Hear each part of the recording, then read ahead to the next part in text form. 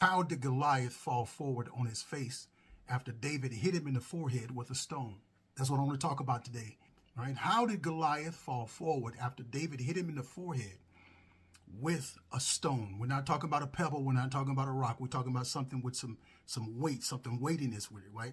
Not only that, but we know the story that David was the one who was running towards Goliath.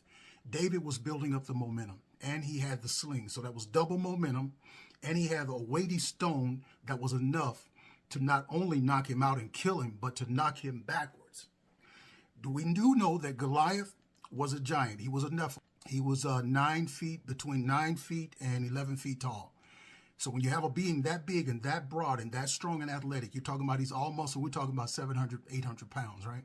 If Goliath was moving forward, his weight and velocity is going to keep him moving forward. But I believe he was standing still. He was a stationary target. But for that stone to penetrate his thick Nephilim skull, which is different from the human skull, we have 8 plates throughout the skull that connects the skull, 8 plates. But for a Nephilim skull, there's only 2 plates that connect it, and it's very, very thick and very dense. So David hit him very, very hard. So the Bible says it is sunk into his forehead. Let's see what it says in 1 Samuel chapter 17, verse 49. Let's see what it says. And David put his hand into his bag and took thence a stone and slang it and smote the Philistine in his forehead.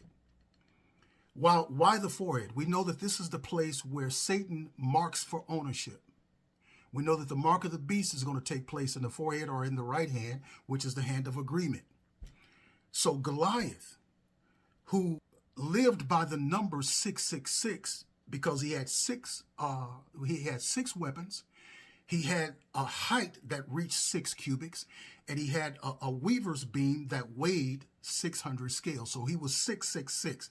He was Satan. The word Goliath also represents Satan. The name Goliath. He was owned by Satan, and thus David hit him right in the mark of the beast.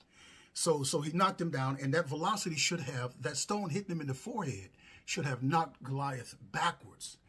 And it goes on to say this.